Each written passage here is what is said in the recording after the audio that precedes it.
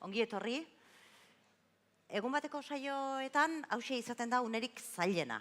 Hauxe da momenturik konprometituenetako bat.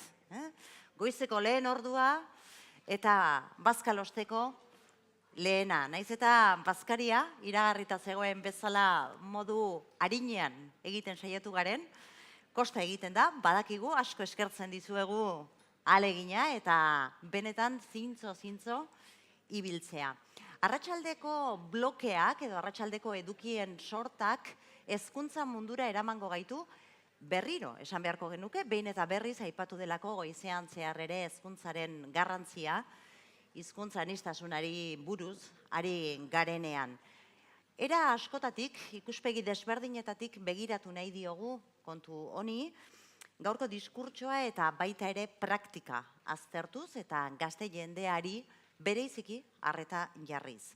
Horretarako, dinamika ikus dezakezuenez nahikoa eginda dago, honezkeo, mainguruak izango ditugu, elkarrizketa formatokoak ere izan daitezkenak eta gogorarazi nahi dizuet, zuek ere parte hartzea nahiko genukela eta moduak badakizue zein diren idatziz, eskatu txartelak zuen galderak guri helarazteko, edo baita ere Twitterren bitartez, traola erabiliz, horrek ere lagunduko digu gero, foroaren inguruan han eta hemen sortzen ari den elkarrizketa behar bezala entzun alizateko. Beraz, erne ibiliko gara, sareetan ere zer esaten den jaso, eta hizlariei helarazteko, ala behar den guztietan.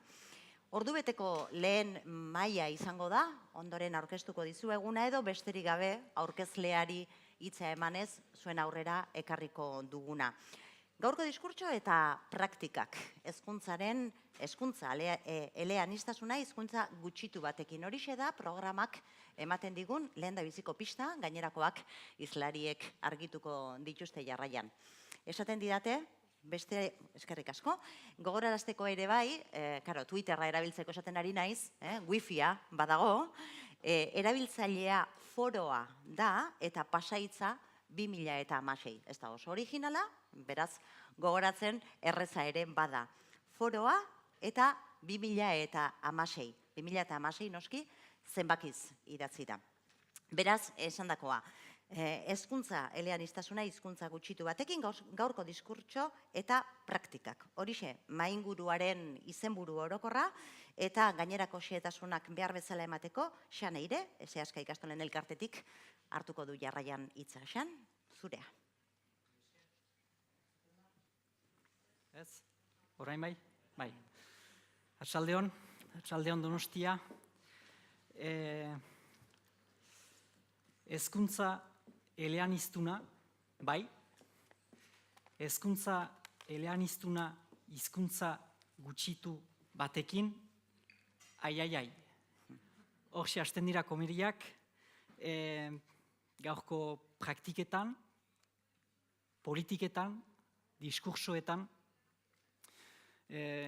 Ipar Euskal Herrian ere ikusten dugu, nola Seaskak ikastolen bidez frogatu duen 57 urtez, murgiltze eredua zela oinarri funtsezkoa hezkuntza arautuan euskara garatzeko. Baina, justu atzo hasi dira gure agintariak murgiltze eredua gehiago baloratzen, sustengatzen eta gaur hasten dira poliki beste eskola sareetan ere murgiltze eredua lausoki esperimentatzen. Jakinez ere ikastoletan beretan klaustro batzuek, irakasle talde batzuek kontutan hartzen dutela eta onartzen dutela azkenean euskara hizkuntza minorizatua edo gutxitua dela. Eta hori onarturik gehiago lortzen dutela euskararen erabilpen sozialean, emaitza gehiago, emaitza interesgarriagoak, ikusiz, kontziente izanez hizkuntza gutxitu batek dituen nekeziak, baina horrek ere zabaltzen dituen ate biziki interesgarriak, batez ere sozialki eta kulturalki. Dena den, ez gira gaur hemen baitezpada iparraldeaz mintzatzeko etorriak, maila makroago batean kokatzea eskatua izan zaigu gaur arratsaldeko zatia ere bai, Europatik hitz eginen dugu, eta horretarako baitugu hemen bi maisu gu gidatzeko.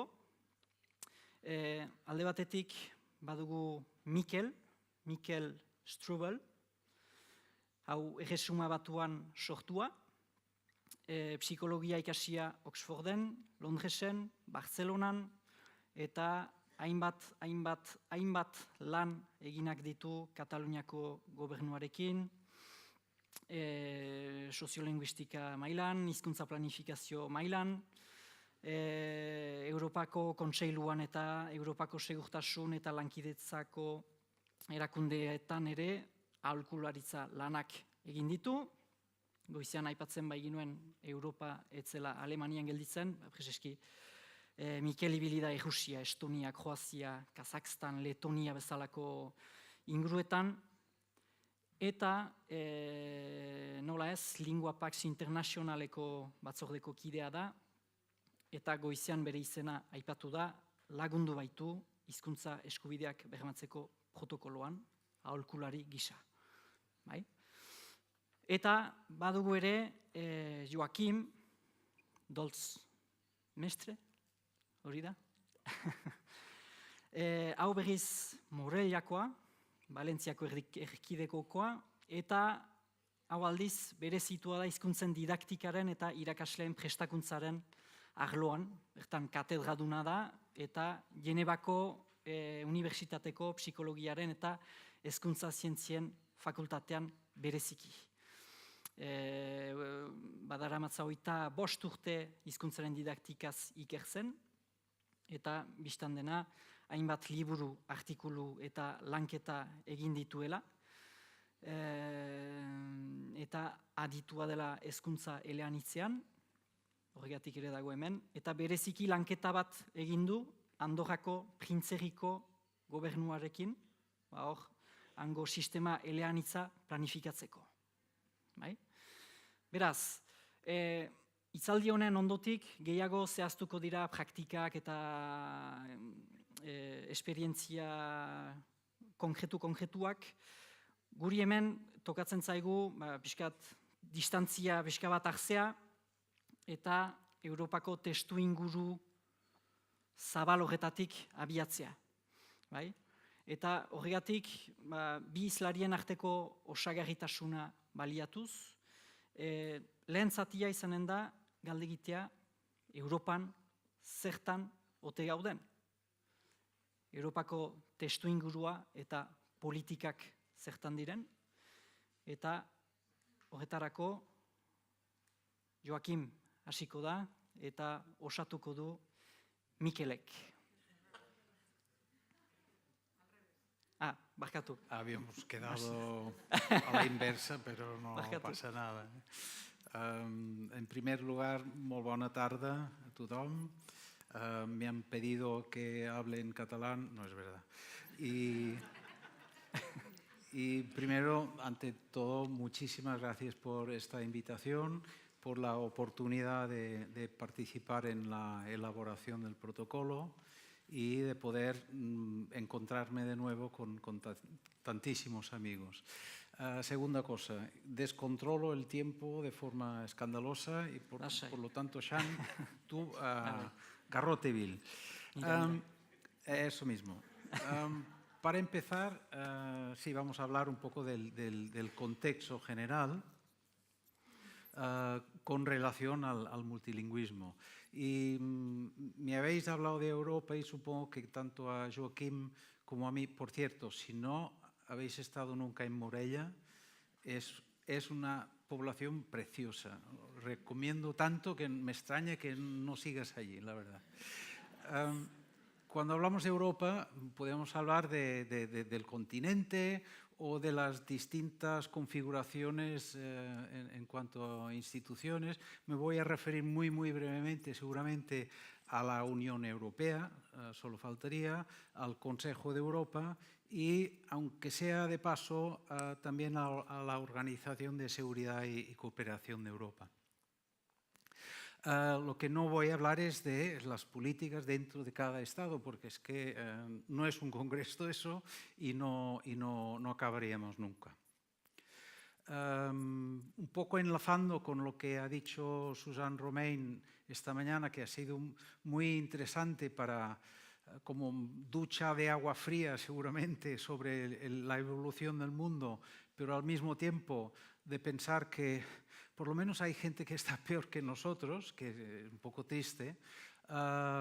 También voy a intentar dar una imagen del contexto general que a mi entender sigue siendo vigente. Una primera cosa es que estas instituciones son instituciones de estados, no son de países, sino de estructuras estatales y en este sentido las tres organizaciones son, digamos, muy poco permeables a cambios latentes de los prejuicios que existen desde hace tiempo en la tradición de formación de Estados-nación, como decimos. Y, por lo tanto, no son seguramente conscientes de lo que en inglés llamamos banal nationalism o de esa violencia institucional, simbólica sobre todo, y hablan con un discurso que en muchas ocasiones no nos va a favor. Como sabe todo el mundo, las bases de la Unión Europea y sobre todo de los derechos fundamentales hablan del derecho al respeto de la diversidad lingüística, cultural y religiosa. Está muy bien, no niego la importancia de la frase, pero revela tres tipos totalmente distintos de respeto. Yo puedo respetar institucionalmente la religión de otra persona simplemente no sabiendo qué religión tiene, si es que tiene alguna. Puedo respetar la cultura de alguien no entrando para nada en ningún elemento, o prácticamente ningún elemento de su tradición cultural.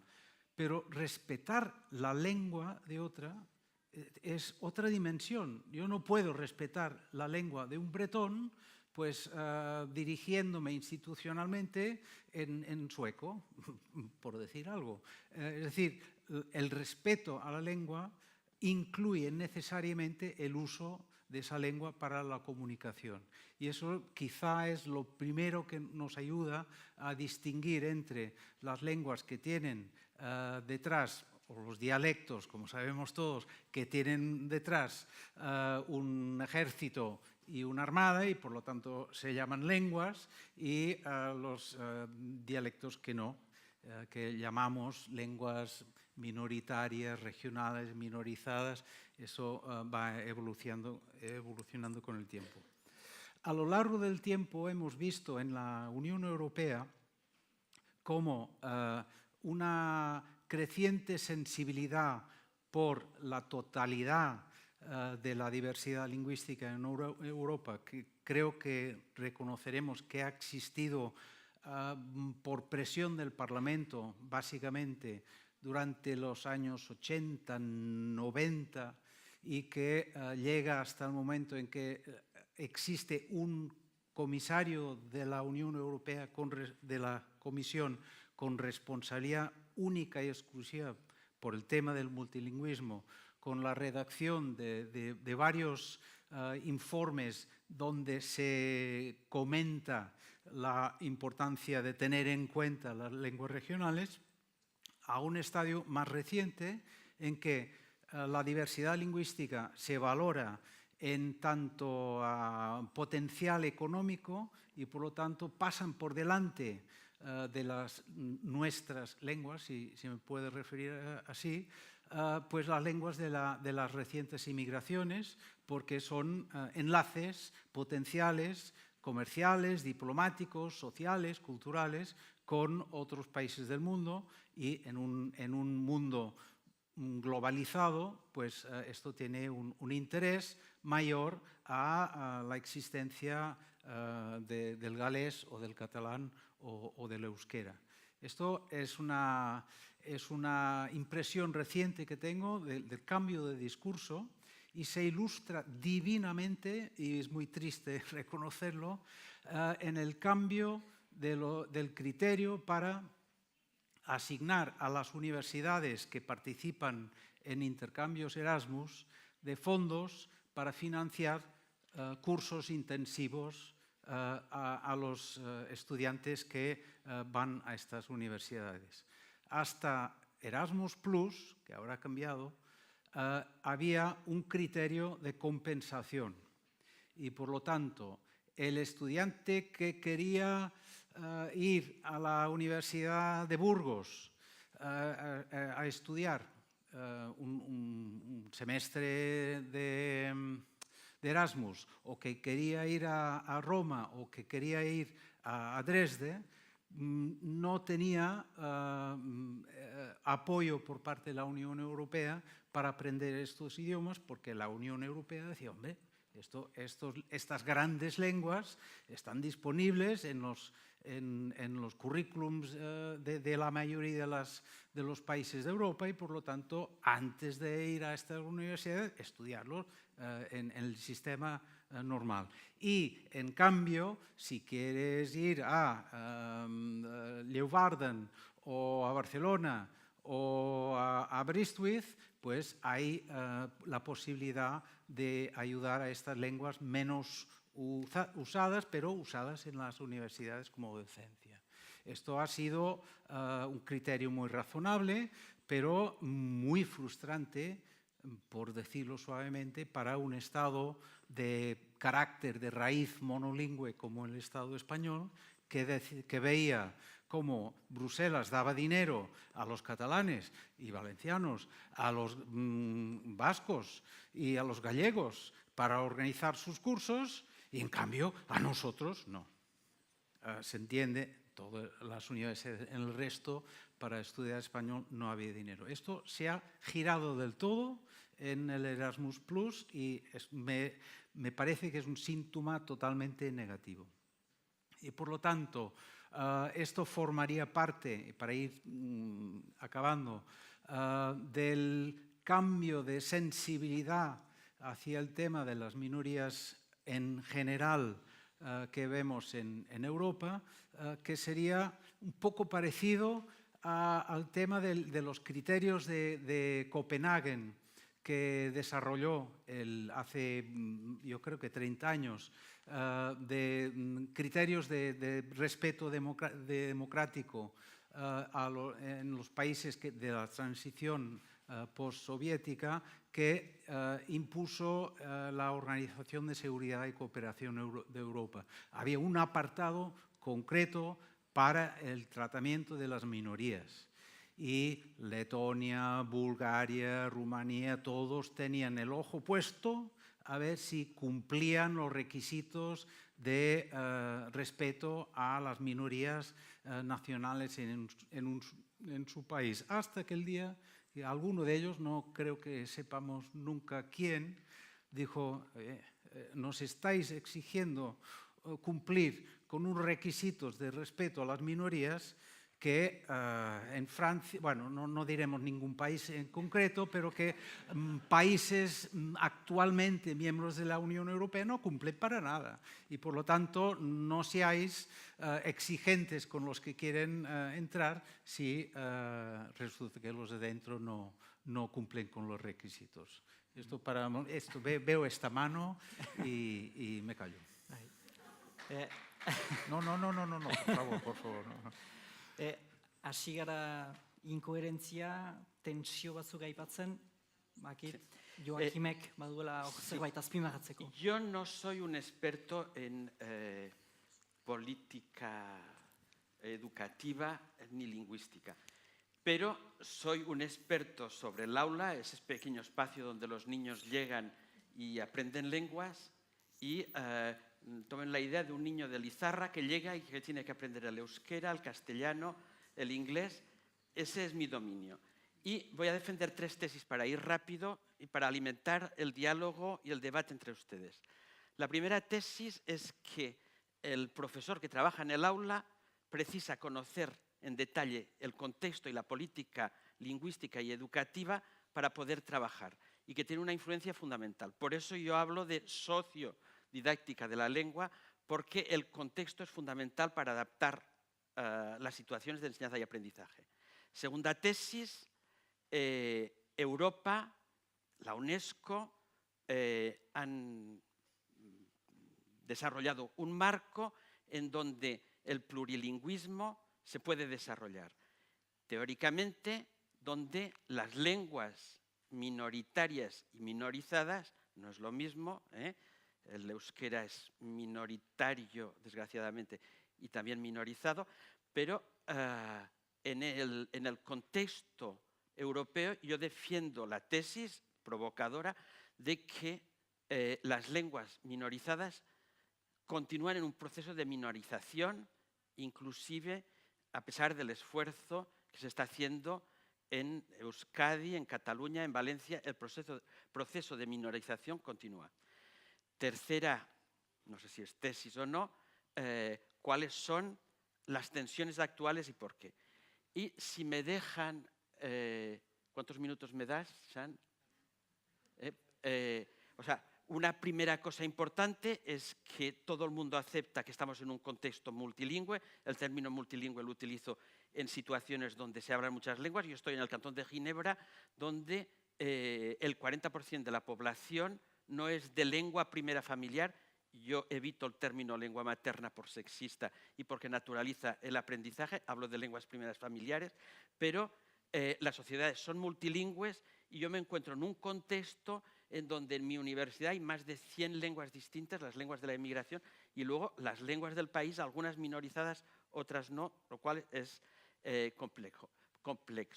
Y además, todas las lenguas son plurales, la variación es importantísima. Y el estatuto y la vitalidad de las lenguas es fundamental en la enseñanza. En segundo lugar, los fenómenos migratorios, que siempre fueron importantes, actualmente son muy importantes. Y aquí en Euskadi tienen un número de inmigrantes importante, como en todas partes del mundo, y hay que tratar las lenguas que en otro contexto son hegemónicas. Por ejemplo, el portugués en Portugal o en Brasil es hegemónico. En Ginebra es una lengua minorizada por ser de la emigración popular. Esa situación es la que me interesa. Las recomendaciones de la UNESCO desde el año 96 son importantes en defensa de la lengua materna, entre comillas, han visto que la he puesto entre comillas, y de cara a evitar la discriminación por el motivo del idioma. Es un marco, yo considero muy positivos la evolución del marco europeo, el marco común de referencia, e incluso el horizonte 2020, que como con todo, las lenguas minorizadas, a mi entender, toman menor importancia que en documentos anteriores, y lanzo la idea de que deberíamos hacer un esfuerzo para que tomaran mayor importancia. 3 lenguas, una lengua, o sea, defender el repertorio del alumno, los conocimientos, con qué conocimientos llega a la escuela, que cada vez llega más pronto, en el jardín de infancia, y trabajar la lengua de escolarización oficial, las lenguas regionales o las minoritarias y las lenguas extranjeras, también como disciplina escolar y no solo como objeto de enseñanza. Ese es el marco, lo que organiza el marco de las lenguas, pero yo les hablaré de 4 o 5 tensiones que me parecen importantes. No llego a leerme, perdone. Soy miope. ¿Qué primera tensión? La primera tensión es sobre la elección de las lenguas de escolarización, y yo creo que si observamos el horizonte europeo y tomando Suiza también dentro del horizonte europeo, las lenguas hegemónicas son las que se están desarrollando y es muy difícil, por ejemplo, en el caso del romanche, inclusive las variedades del suizo alemán no tienen la misma importancia en la enseñanza que las lenguas minoritarias. Y el proceso de minorización continúa. La prueba es que solamente 5% de otras lenguas se enseñan como lenguas extranjeras y es únicamente los países nórdicos que introducen como lenguas extranjeras lenguas minoritarias. Se ha producido un desarrollo todavía mayor que en el pasado de la hegemonía del inglés y la prueba es que el 73% de los alumnos de toda Europa toman como lengua extranjera el inglés. Tercer problema, se ha estandarizado el currículum, o sea que tenemos ahora pistas para organizar los planes de estudios, pero es muy difícil, es más difícil organizar una progresión curricular en lenguas minorizadas que en las lenguas hegemónicas.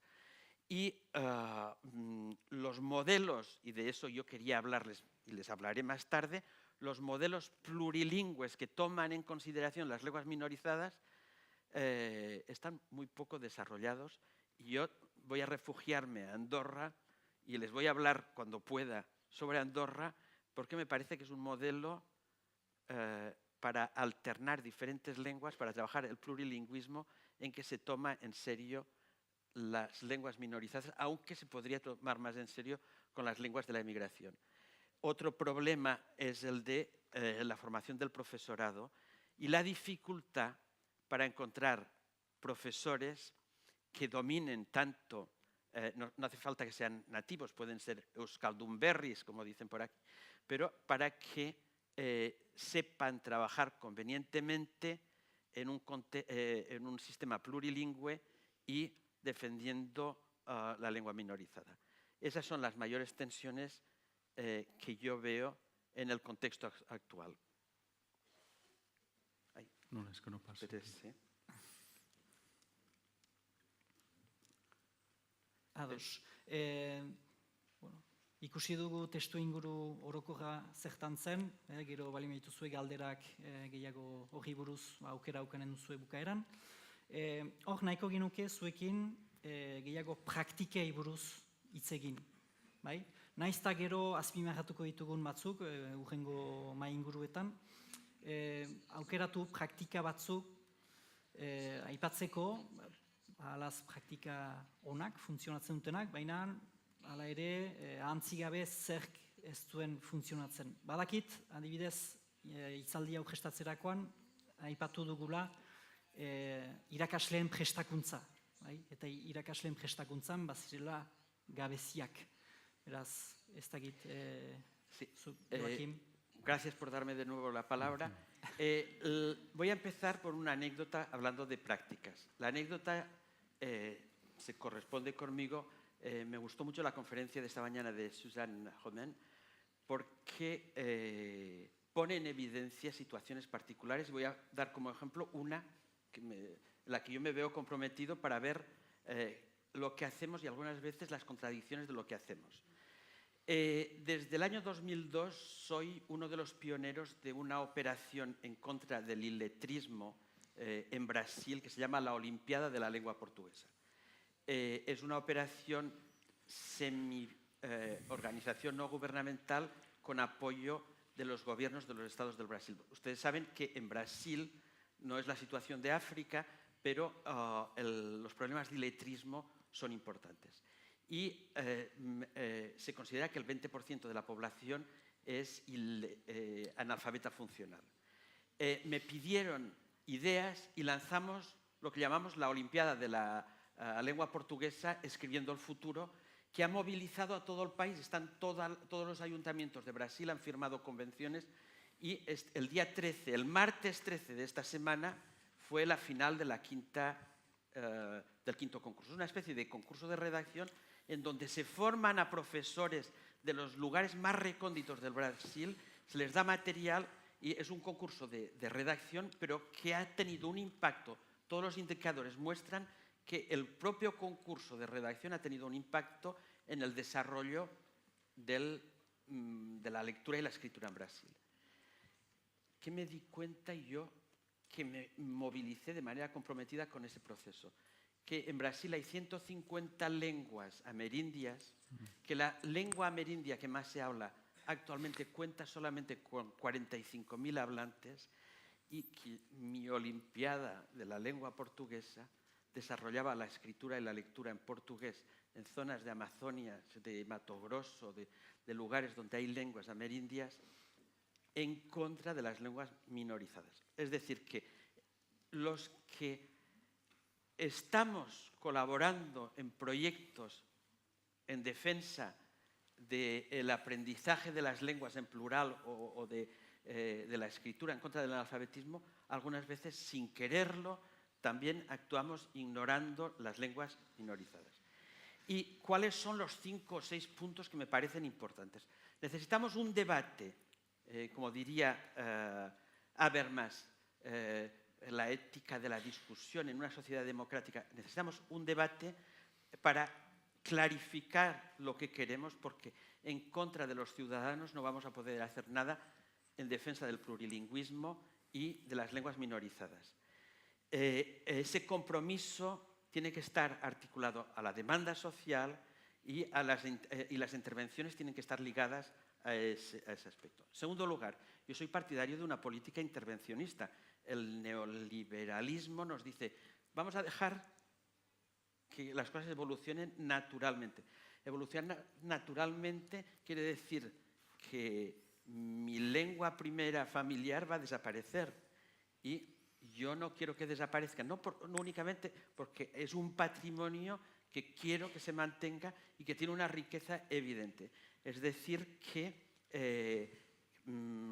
considero igualitario la defensa de la intervención.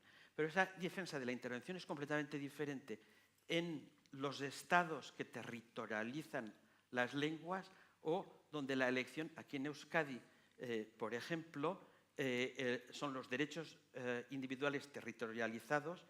En cambio, en Suiza y en Bélgica, las lenguas, la utilización de las lenguas en las escuelas están ligadas al territorio. Incluso en los cantones bilingües, porque no sé si saben que Suiza tiene 26 estados, 26 cantones, la tradición y la realidad es que la lengua primera de escolarización es la lengua del territorio. No digo que una opción sea mejor que la otra, simplemente hay que tomarlo en consideración porque las medidas van a ser distintas y, por supuesto, precisamos medidas sectoriales para las lenguas de la emigración, que son lenguas minorizadas también. Cuarto punto, la información es importantísimo para comprometer a la comunidad de las lenguas minorizadas. Se pueden tener medidas de política lingüística importantes, y aquí en Euskadi se ha tenido ese tipo de políticas para mejorar el estatuto y la funcionalidad de las lenguas minorizadas fuera de la escuela. ¿Por qué digo fuera de la escuela? Porque yo sé que el compromiso educativo y el compromiso para el desarrollo de las lenguas no depende únicamente de la escuela. Y si la comunidad al exterior de la escuela no está comprometida, no se puede hacer nada. Y sobre todo las medidas de implementación educativa, que son lo mío, y yo soy partidario de lo pequeño, no sé si porque soy pequeño, esa nueva, yo creo que se puede hacer muchas cosas de abajo a arriba, que tenemos que luchar para que el marco nos permita hacerlo, pero mi especialidad es saber cómo hablar a los niños, saber cómo combinar las lenguas, saber cómo organizar un currículum en que diferentes lenguas sean lenguas de enseñanza y objeto de la enseñanza. Y por supuesto, formar al profesorado para que sea posible. De momento lo dejo así. Mikel, nahi zu osatu? Imposible, pero añadiré alguna cosa. Primero voy a dar un ejemplo de lo que llamaría el multimonolingüismo. Que sería un aula virtual plurilingüe en que el profesor redacta unas instrucciones en una lengua, con el botoncito le aparece una traducción bastante buena en otra lengua, que si él domina o ella se corrige y entonces lanza esta doble versión hacia el aula. Los estudiantes de una u otra lengua tienen su interfaz, digamos, monolingüe, por eso digo es multimonolingüe, hacen sus comentarios, sus respuestas, sus ejercicios, sus preguntas en una lengua. Si necesitan el botoncito, pues lo traducen también, y este modelo puede seguir, y aunque sea experimental, en la Universitat Oberta de Cataluña se ha puesto en marcha y yo creo que tiene un potencial muy grande, pero insisto, no sé si es para fomentar el aprendizaje de otro idioma o para favorecer un ambiente multilingüe en el cual cada uno puede, digamos, desarrollar su actividad en un idioma. Manteniéndome al nivel macro, por razones evidentes, a mí me duele muchísimo una cosa, y es que, así como sobre todo en Euskadi, lo sabes tú mejor que nadie, en el País de Gales, en Irlanda, en Finlandia, pero por otro motivo, se han desarrollado métodos muy sofisticados de inmersión lingüística, donde los niños aprenden a través de una lengua minorizada, pero que no es la suya, aprenden el contenido.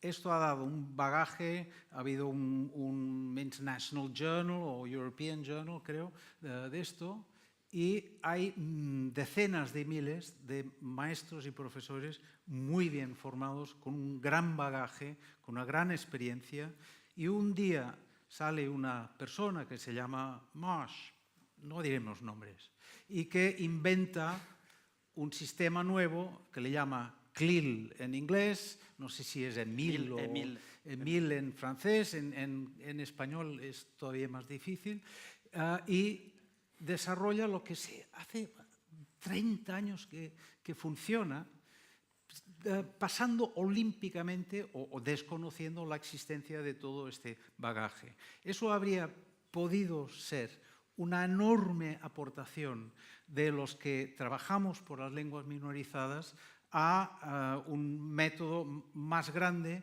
ampliado evidentemente a otros idiomas. También hay que decir, en pie de página, que en Cataluña, yo supongo que aquí también, cuando la gente dice que es importante que los jóvenes aprendan idiomas, lo que quieren decir es inglés, punto. Nada más. Inglés, y hay algún loco pero básicamente inglés. Hay una motivación que en la última parte me gustaría subrayar el tema, una motivación especial hacia esta dirección. Entonces, a mí me duele personalmente que haya este divorcio en dos movimientos potentes, evidentemente. Y la otra cosa que me gustaría destacar aquí es, y viniendo hacia aquí, alguien más ha dicho lo mismo de otro contexto diferente, la deficiente formación inicial del profesorado en los países de lengua catalana, por el estudio que hice el año pasado, recabando información de esta formación, cómo se forman los profesores que se van a encontrar con un aula seguramente muy, muy distinta del aula en que se encontraron sus padres, seguro, y sus maestros, segurísimo, que es un aula multilingüe, ya lo he dicho, en Ginebra, pero en Santa Coloma de Gramenet pasa lo mismo, y en Barcelona igual, y en prácticamente todas las zonas de lenguas minorizadas hay esta multiplicación, y en el caso nuestro, que estamos muy orgullosos de del nivel de los profesores en inmersión lingüística, en el modelo de conjunción lingüística que tenemos en Cataluña.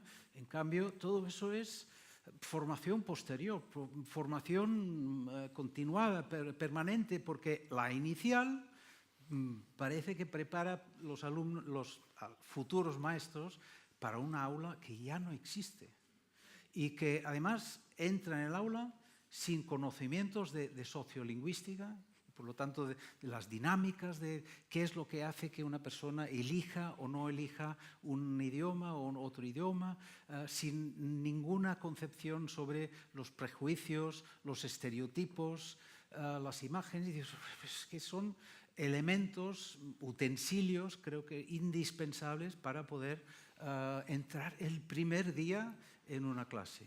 Dicho esto, en mi estudio detecté algunos casos de profesores formadores de maestros excelentes, y en la tercera parte, en las propuestas, digamos, ya podéis imaginar una de las cosas que voy a proponer.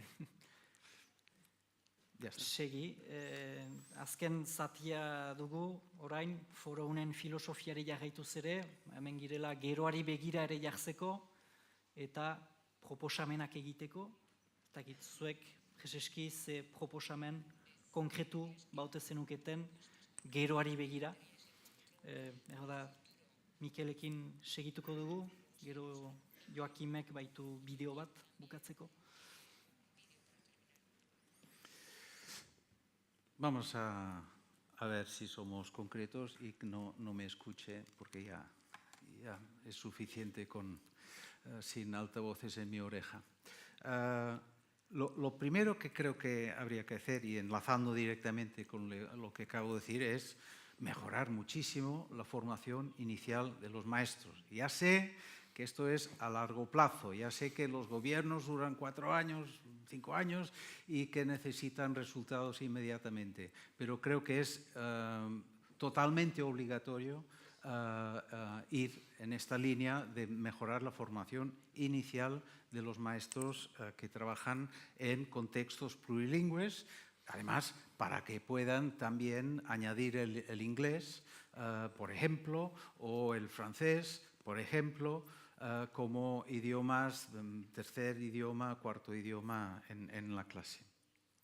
Segunda propuesta, creo que hacen falta muchos más estudios para evaluar el éxito o fracaso de los modelos que hay.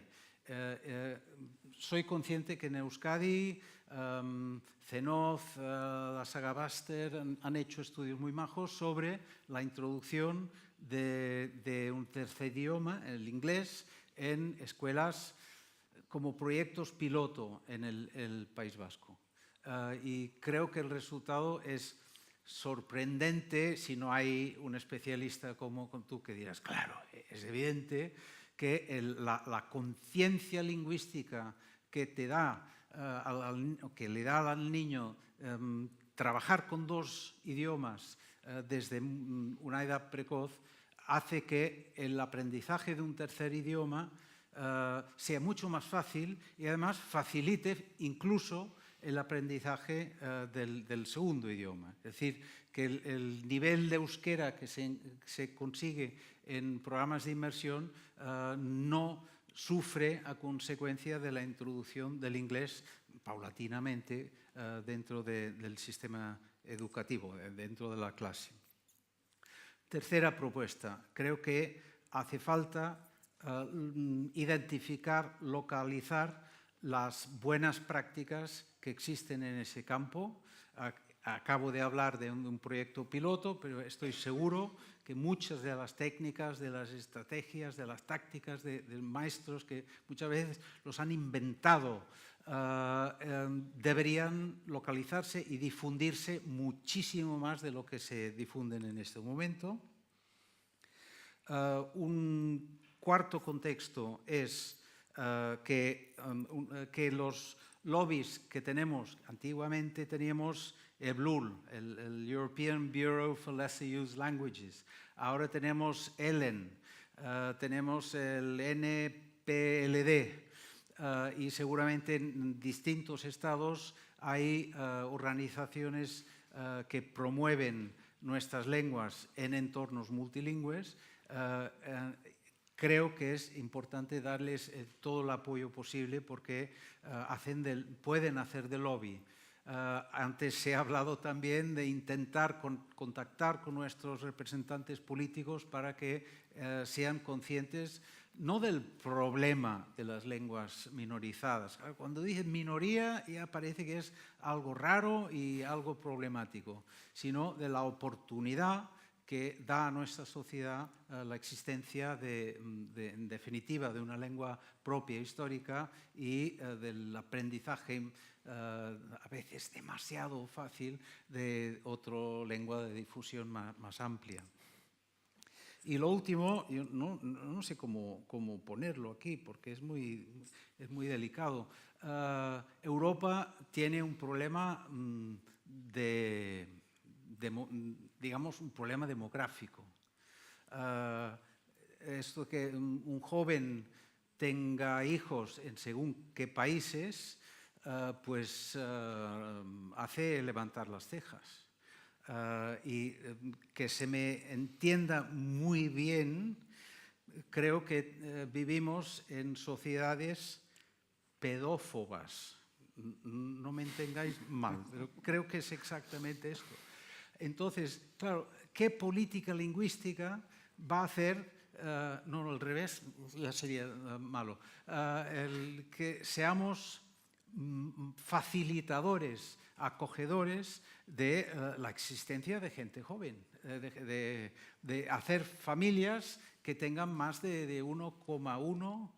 Conocéis, seguro que conocéis familias que tienen 1,1 hijos. Esto no se puede aguantar y no tenemos futuro, porque la única alternativa para que el declive demográfico de nuestras comunidades lingüísticas se pueda invertir, obviamente, es reclutar nuevos hablantes. Entonces, no sé si a continuación, más tarde, vamos a hablar de esto que creo que debería concernir a todo el mundo, cómo reclutar nuevos hablantes y que nos expliquen su experiencia.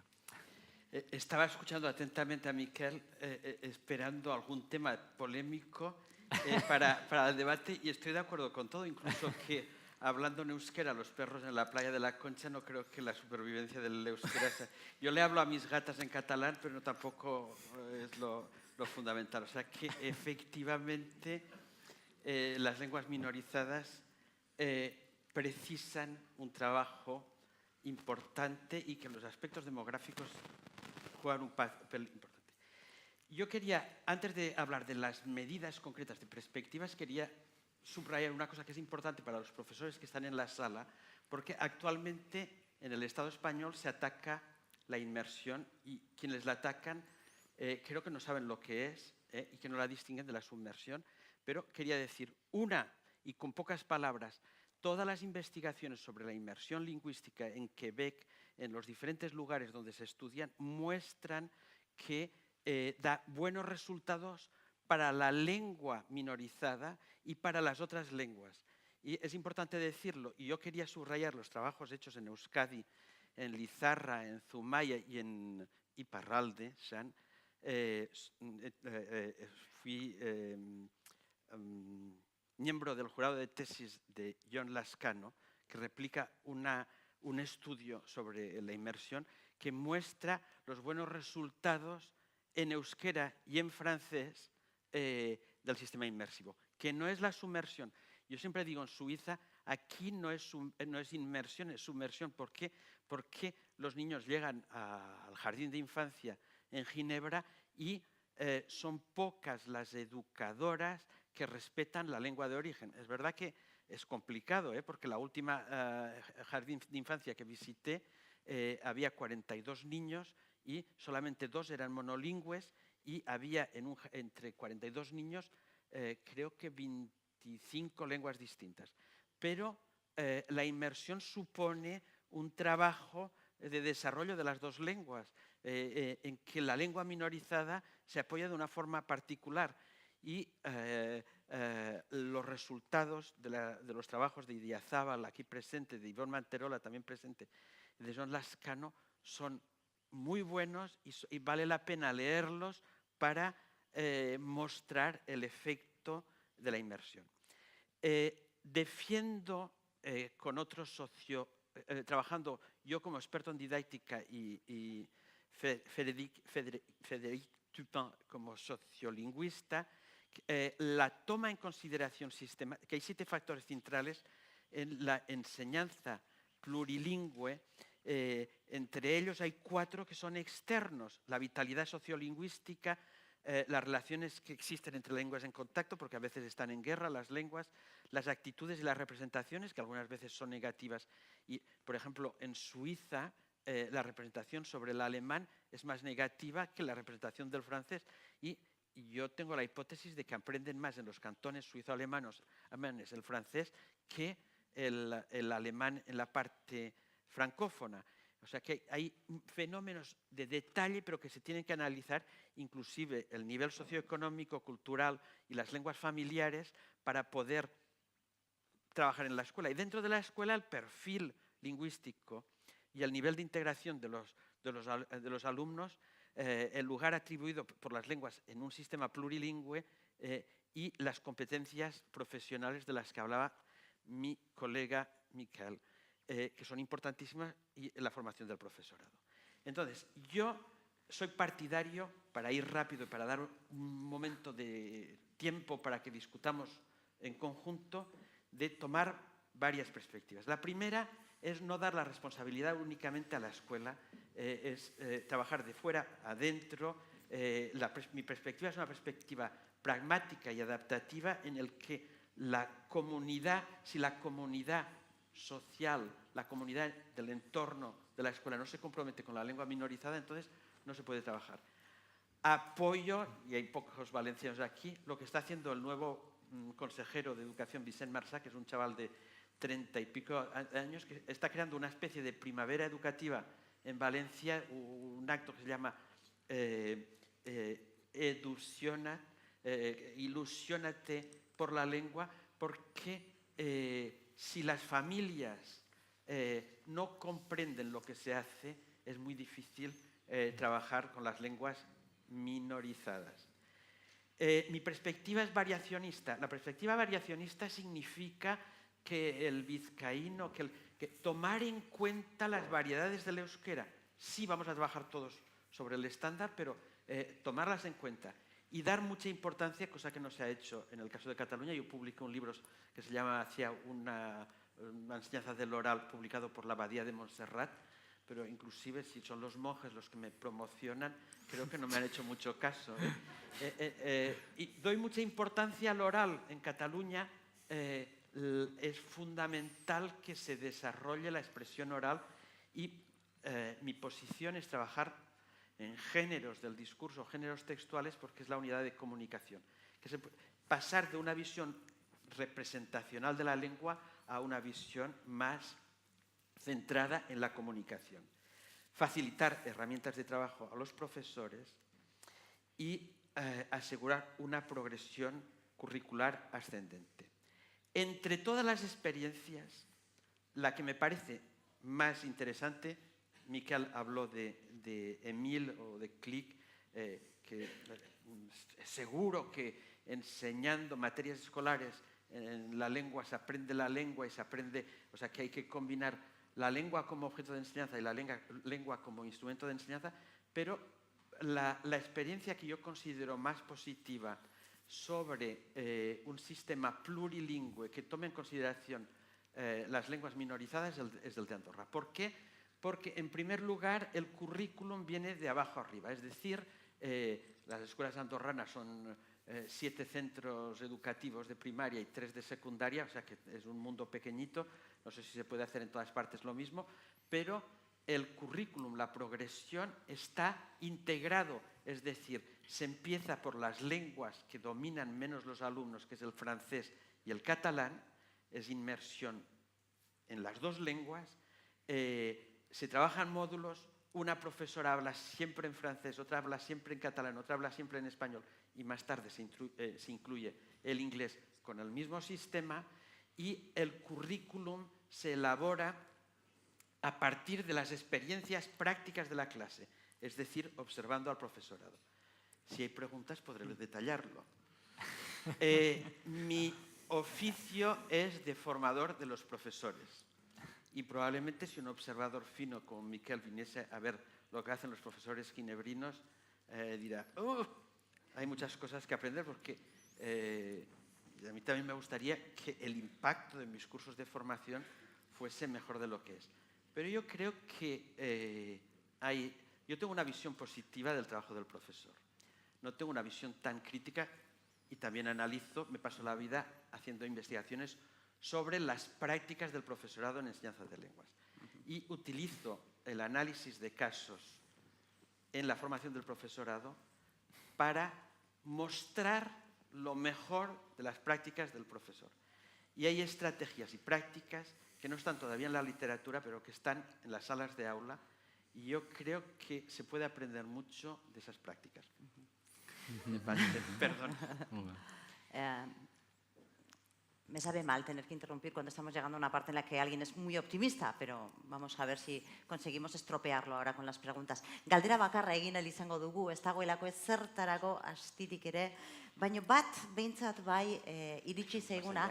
Galderak iritsi zaizkigu txartelen bitartez batetik eta baita ere bestela, Twitterren bitartez. Galderetako bat ikuspegi orokorrari begiratzen diona, Europako hizkuntza komunitate desberdinen egoerak, desberdinak.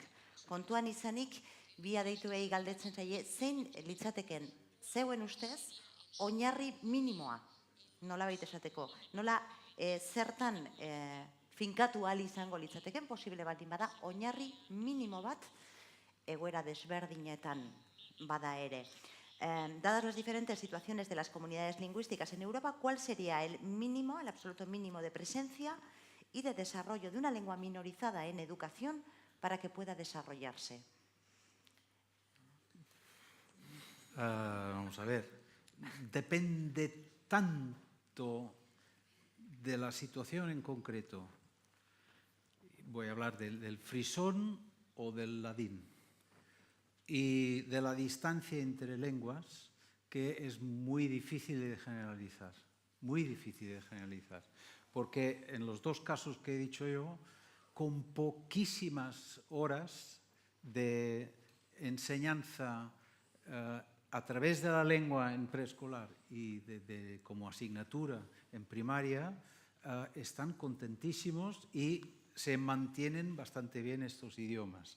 Si propongo esto para el euskera o el galés o el irlandés, no sirve para nada, evidentemente.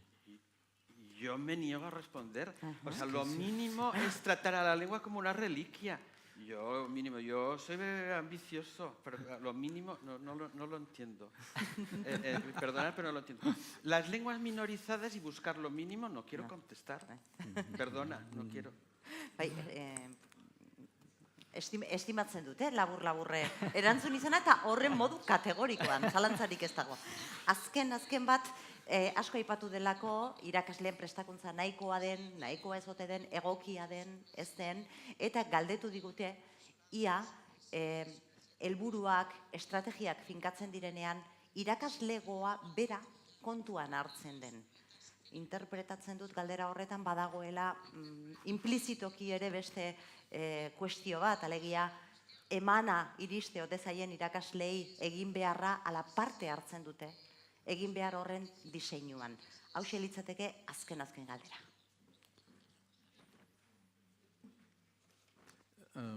No hay el último ministro de Educación que estaría bien que estuviera aquí, porque es evidente, por lo menos desde mi punto de vista, de que no se puede legislar cambios profundos en la educación sin contar con todos los elementos de la comunidad educativa, como se ha hecho. Y, por otra parte, no se puede imponer, por ejemplo, una lengua de bajo prestigio en la escuela y pensar que vas a tener éxito. Es la gallina y el huevo un poco al revés, si es que esto existe. Sí, simplemente hay que estudiar con mucho detalle los contextos y adaptarse. Y que todo lo que se haga forzando las situaciones va a ser contraproducente para las lenguas minorizadas. Creo que eso es la realidad. O sea, que no se puede forzar y hay que estudiar el contexto y es un trabajo doble dentro y fuera de la escuela. No hay una respuesta que sea válida para las diferentes lenguas minorizadas. ¿Puedo diferir? Sí, puede- Bueno, Claro. Joaquín, provocando, intentar imponer un modelo trilingüe en las Islas Baleares para reducir la presencia del catalán con aportación de profesores sin la preparación debida, ha tenido un efecto impresionante. Han perdido las elecciones, se ha vuelto a una sensatez con una, digamos, cohesión de la comunidad educativa que hace 20 años que no veíamos. Ja. Estamos diciendo lo mismo. Aitortzen dizuet, aitortu behar dizuet, bazela beste galdera bat egin zuzen ere galdetzen zuena, ote dagoen modurik noizbait, egokiera politikoaren arabera aldatuko ez den hezkuntza marko bat finkatzeko. Iruditu zait, orokorregi eta behar bada luzeegi joko lukela erantzunak. Hauek, trasladatu ahal izan ditugun galderak, beste batzuk gelditu dira, gelditu ez dira hemen geldituko, banamanan besteik ezpada ere, adituei ere emango dizkiegulako. Mila esker, hiruroi, eskaini diguzuen guztiarengatik. Esker. Bueno.